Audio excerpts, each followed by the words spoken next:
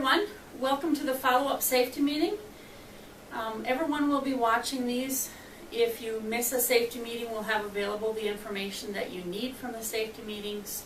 A few housekeeping things first. Our Dickinson office has moved. We were at 4413 Sims Street, and we're still on Sims Street. We're just a couple miles south of where we were before. So if you head down Highway 22 into downtown and you take a left at 3rd Avenue, we're 3 blocks over at the corner of 3rd Avenue and Sims Street.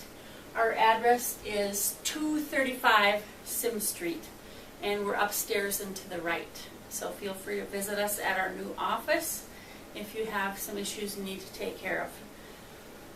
The W-2s are complete in accordance with federal law, and they're available for you in ADP. Also, we have the health insurance cards came out, and if you don't have yours, you'll want to check what address you have in our system. Whatever address is on your payroll stub is the address that it was sent to. So,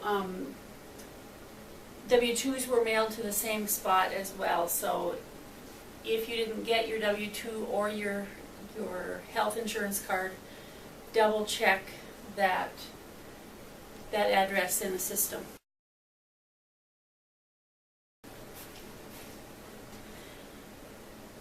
We visited Hess last Tuesday, and they had a look back and look ahead on Hess safety statistics and on some of their subcontractor statistics.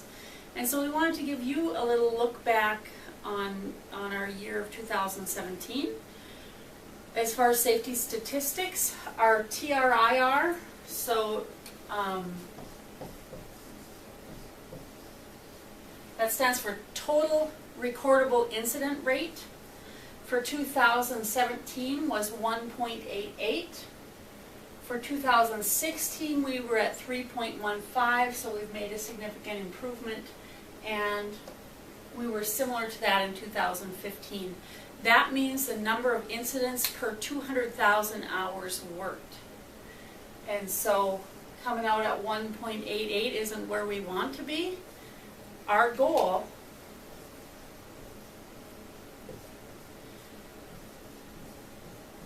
(2018) goal, 0 incidents per 200,000 hours worked. The only way we're going to get to that is to be very vigilant about our work hazards and to be very careful to work safely in everything we do. So this is the goal. I think it's achievable. We can have some first aid events as long as we don't have broken bones and things that go beyond first aid. We can keep that at 0, and that is definitely our goal. You're going to see some changes in 2018. We're going to automate a lot of things. We are going to have a behavior-based program where we have an app where you enter your data for your hazards and how your coworkers look out on site.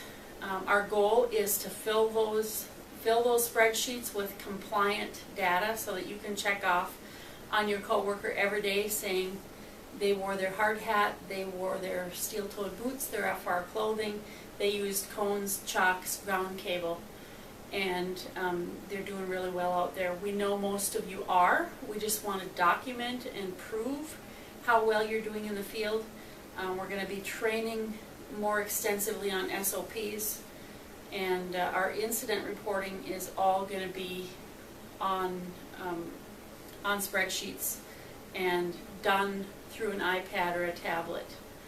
So we're excited about the changes that are coming, and we're planning to have a great year safety-wise, and we appreciate everything you do to live and work safely.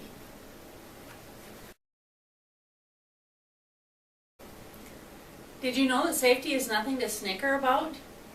If you're interested in getting a Snickers bar for watching this video, send a text to Greg, Darcy, or Malachi, and we'll get some Snickers out to you in reward for watching this. There's a few things that I want you to watch for over the next few weeks. One of them, drivers, is any message from Kayla talking to you about DVIRs and Keep Truckin'. The app on the phones will record your DVIRs as you do them, and the mechanics can print them right from the app itself. So make sure you're doing those DVIRs. Make sure you've got your name on them, that your hours and your mileage are on the trucks. And that mileage, if you only put 2 miles a day on your truck, that's proof that you weren't out on the road. So if you have 24 hours on a truck on a certain date and only 2 miles, that's proof that you're on duty and not driving. And so make sure that you fill out these DVIRs every day. Need a pre and post trip on every truck every day, so make sure that that's turned in. Also, DVIR training is going to be coming out. Greg and I will be putting out a training on that, a video training for all drivers. So watch for a link in the next 3 or 4 weeks on that. We are going through our trainings right now and checking to make sure what's expired and what isn't. So when we text you about those things, we'll be trying to organize training so that everybody can get up to speed on all of their trainings and be current for our clients for H2S and medical cards, driver's licenses, those kinds of things.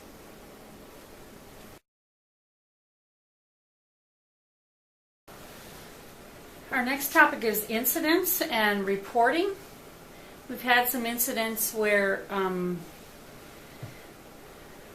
supervisors have thought that they don't need to be reported to safety.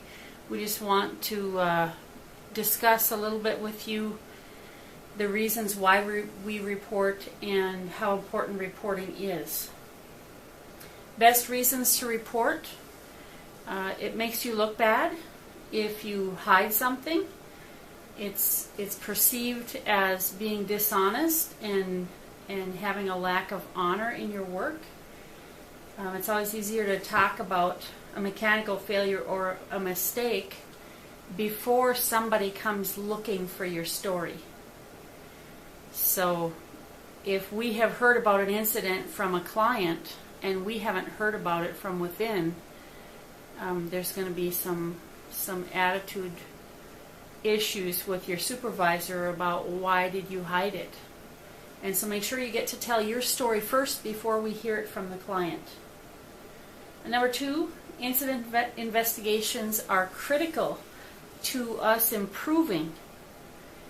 We want to learn from every incident that we have. Sometimes we learn more about human behavior and what we should be doing. Sometimes we learn more about our equipment. Sometimes we learn more about our training and the management issues that should have been addressed that weren't.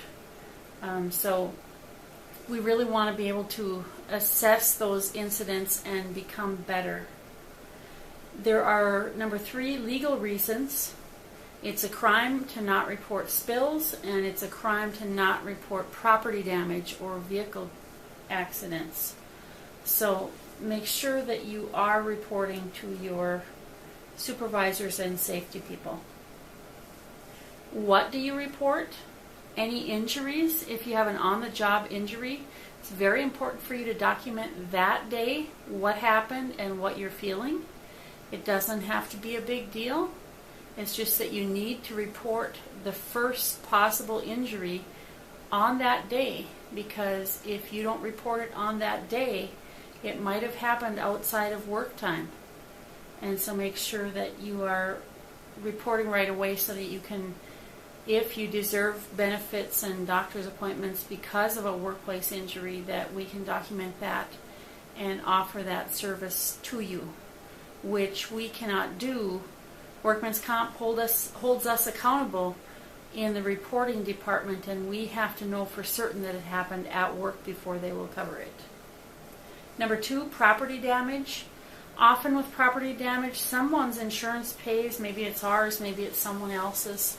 But we need the facts to help the insurance companies determine which insurance company is going to pay. And in the case of spills, we want you to report anything that leaves a noticeable wet spot that some client could come and look at and call us out on.